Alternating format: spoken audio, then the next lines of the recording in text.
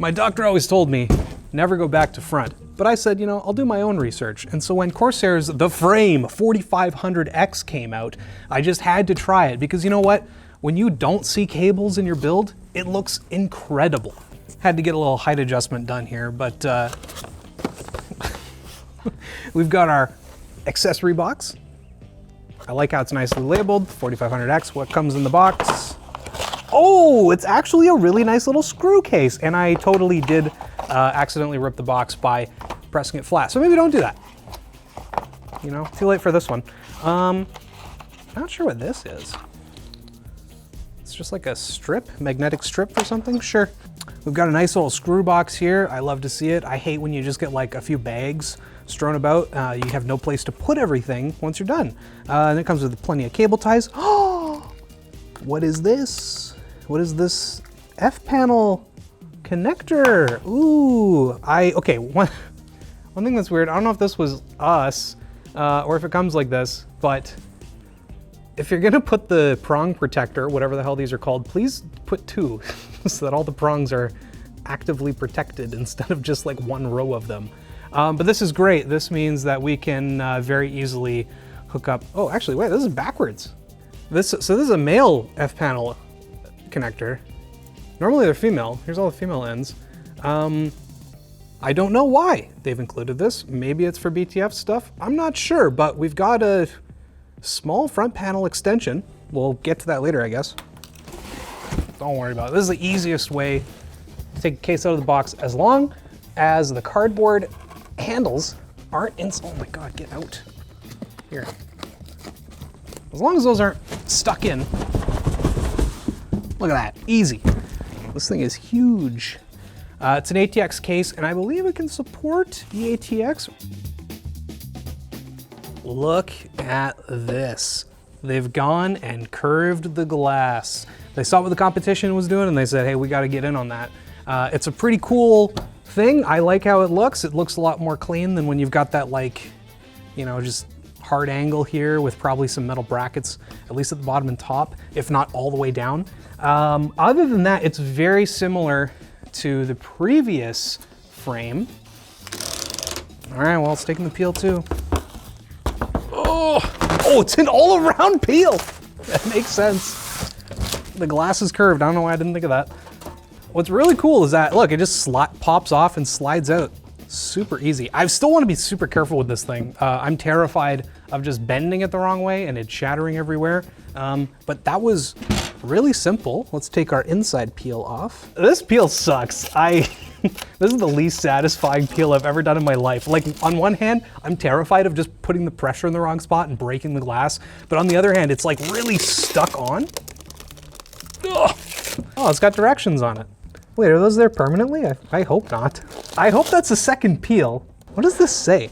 So, okay, it's telling me how to actually do that. Well, I did it right. You just pull it forward and then you rock it out. Honestly, it's pretty sweet. And with this whole front and side panel off, I bet you it's gonna be super easy to build in. Can you pop the top off too? I don't know if those screws are captive or if they're supposed to come out. They came out pretty easy. How does this open? Okay, well that's the side panel. That came off really easy. What the hell was the point of these two screws? There's gotta be one more screw. All right, I give up manual time. It turns out I'm just dumb. You're supposed to take this part off first, which makes perfect sense because it's, yep, that's a single piece. All right, and then this guy should just, slide backwards and then out. Out, damn spot. There we go. Wow, okay, that was actually not too hard. I'm just overcomplicating things. As for the material and like the design and all that, I actually really like this kind of just like singular line. It's really, okay, my one complaint is there's no filter up here.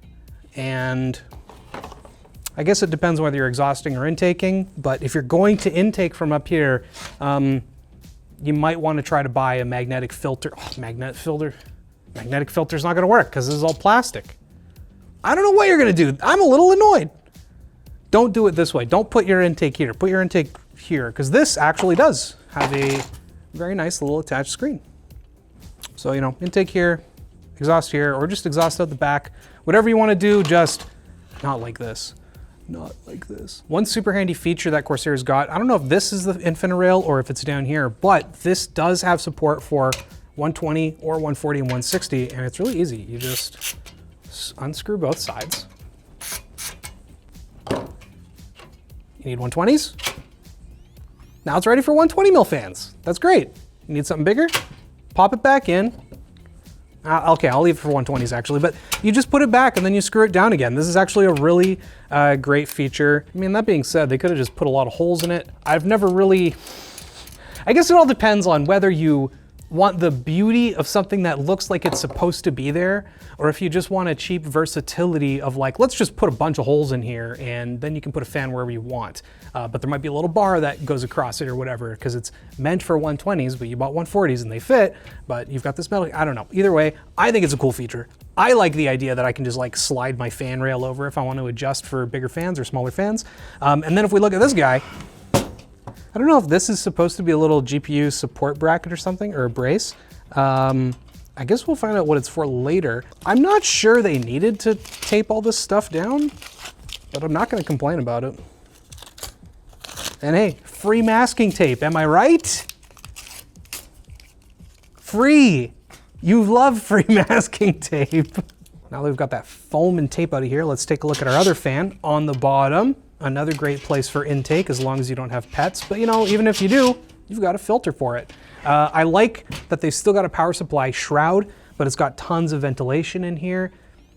Power supplies probably aren't gonna get that hot unless you're putting a really beefy unit in here and you're sucking back a lot of juice. But you know, I'd rather it have ventilation and not need it than need it and not have it. Other than that, we've also got this like massively thick cable sleeve for all of the I/O on the front, which is on the bottom of all places. When will they learn? We've got our power button, headphone jack, a couple of USB-A ports, and then a USB-C port. With this thing mostly apart here, it seems pretty open and easy to build with. I'll give you an actual answer once I'm done building in it, but seems reasonable. I could fit my whole hand in. If you want to put a radiator, seems like it's got no problems at all. My only kind of complaint is it just looks weirdly bare, and I guess that's kind of the point of it just being a frame. There's also no parts in it, to be fair as well, but like there's no rubber grommets or anything. Oh, you know, I don't hate them. These are nice and smoothed down. A lot of the time, especially on cheaper cases, these are just like punched out and they're still kind of sharp. All of these, oh, especially, yeah, these are all nice and smoothed down and soft. Okay, thanks, Corsair. You know, I'm not gonna complain about the lack of rubber grommets. They will hide your cables a little better once the build is fully complete, but if we're doing BTF, it actually should be okay. One thing to keep in mind is it does only come with these 3 fans. However, they're all reverse bladed. So even though they're pointing this way and you see all this nice RGB and stuff, even though this looks like the front of the fan, they're actually intake, which is great. My only other concerns before I build in this, I've never done BTF, so I don't know how messy the cables are gonna be on this side of the board. And on top of that, there just doesn't seem to be a lot of like, we've got this very clear cable routing space here and a pretty clear one over here, but something a bit more like a channel or a conduit would probably be a little nicer or easier to use, but they've got ample straps and ample tie down points as well. One thing I completely didn't even see because it's just black on black, they've got little stamps for all of the different measurements and stuff you might need. So yeah, it can do EATX. It's also going to support 1 HDD and 2 2.5-inch SSDs, and these are all labeled where on the IQ Link holder spot. I still don't know what the hell this thing is for though, but I guess we're gonna find out after this word from our sponsor. Thanks to MASA for sponsoring this video. If you're looking for a healthier option to satisfy your crunchy cravings, MASA's seed oil-free tortilla chips are made with just 3 ingredients: organic nixtamalized corn, sea salt, and 100% grass-fed beef tallow. With flavors like lime, churro, or just a good old reliable original, there is a tantalizing taste for everyone. Get 25% off your first order with code ShortCircuit at masachips.com/shortcircuit. That's masachips.com/shortcircuit for 25% off your first order of their tasty tortilla chips. And I was right, this thing is an anti-sag bracket. Before I fully start building, it looks like you can take the whole motherboard tray out and just build onto the motherboard tray and then pop the whole thing in. I'm not gonna do that. I don't really think it's all that necessary personally, but it's not hard to get into the screws. You just kind of go through these nicely pre-drilled holes to get it 1, 2, 3, 4, 5 maybe? There might be a 5th screw up here underneath all these cables, or it's just a clip. Either way, there's only a few screws you gotta take out and then the world is your oyster. I don't know how necessary that is. I'm not gonna be using this as like a test bench or anything. I just keep the side panel off until I test stuff. And then I test it, and then if it no worky, I just fix it. And if it does work, you put the side panel on and you're done. So anyway, we're just gonna build it normally, except back to front. What is back to front? I'll tell you. There are a few things I'm waiting for before I even think about like upgrading my computer or building a new one or anything like that. One of them is for BTF to become more standard and more widely available. Right now, it's only so many cases and so many motherboards that actually support it. But essentially what you're trying to do, all of your connectors are on the back, covered in foam. Look at that. It's supposed to make the whole thing look a whole lot cleaner, but I'm not really gonna be able to give you an answer until I've actually installed it. But yeah, they've actually got every single header on the back. That's crazy. Your fan headers, ATX, CPU power, everything, even ARGB. Look, the video is about the case, not the motherboard, but please, everyone do this. Look at this, PCIe lock.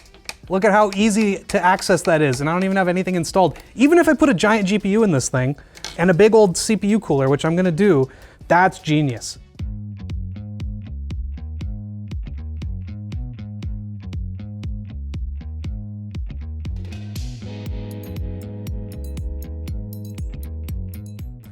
I am so nervous putting this down that I'm like bending pins all over the place. But I'm gonna trust that I didn't do that, and I'm gonna screw it down. We've got our board installed and our cooler is on here. Now look at this, look at how cool this is. CPU optional. Where's our normal CPU fan? AIO pump, chassis fan, CPU optional it is. We can just pull it through and put it in. Look at that, look at how clean. Okay, we'll do the rest of the cables and then show you how clean it actually looks, but like, honestly, this is great. No like pulling a cable out and then tidying it here and then looping it back in to just go to a header. Like, just put them on the back. Oh, I love this. I love it. All right, let's keep going. Okay, we're all wired up. It's obviously not cable managed.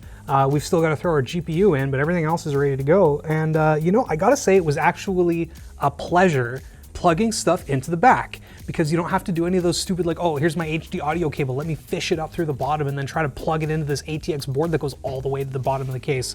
There was none of that. I just pulled the cable through or up from the power supply. I said, where's my, header? I found it and I plugged it in. It was very refreshing.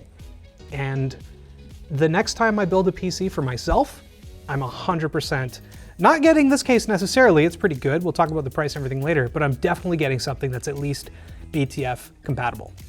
Now let's throw the GPU in. We've got this beautiful 4070 Ti, so we're going with this cool white and black theme that I actually really like. A really cool thing about the BTF stuff is you see these connectors here? Now a PCIe slot can normally do 75 watts, but with these extra guys here, getting juice from the back of the board, it can do a whole lot more than that. Moment of truth. I gotta remember that the I/O is on the bottom here. Hey, look at that. It's beautiful.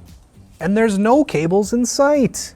I like it. Let's put everything back together. All right, that's tidied up enough. I definitely at this point wish there were some more obvious grooves or conduit or whatever to hide these cables, but you slap the back panels on, you probably aren't even gonna see them. Look at the front though. Oh, that's clean.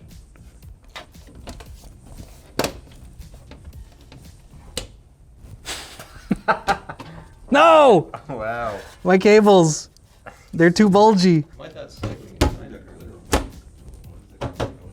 Wow. Oh man. It's cool because you get like a reflection on this side too because the glass is so clean, so it looks like I'm looking into a double computer. It looks pretty snazzy overall, and it was super easy to build in. And while I didn't put any top fans in, because I don't really think we need them in this build at least, they would be super easy to do whatever size you want. Overall, the 4500X from Corsair is a solid case, but it is a little expensive if you want some of these features.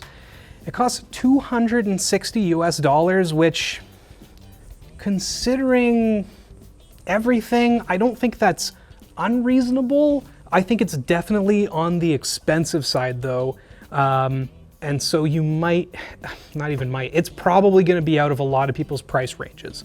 But if you can afford it, I mean, hey, it looks sick, but to be fair, that's for the IQ Link version. If you only spend 190 bucks, you get it without that. And hey, you don't need IQ, as decent as it is if you're using all Corsair stuff. Overall, I think it's pretty sweet. I think the airflow, like we haven't tested airflow in this thing, but I bet you it's pretty solid with the amount of openings that we've got just on the top of the case and the side of the case here. I really like it. It's the kind of case I would love to be given, but I don't necessarily want to go and buy. But when I do finally build a new PC, if I can get this one for a good price, this might be it. And this might also be the end of this video. And if you want to go take a look at others, check out the last time I built a computer in the case. I love building computers in cases. I love it. Jamie loves it too. I love computers in cases. There you go. See you later.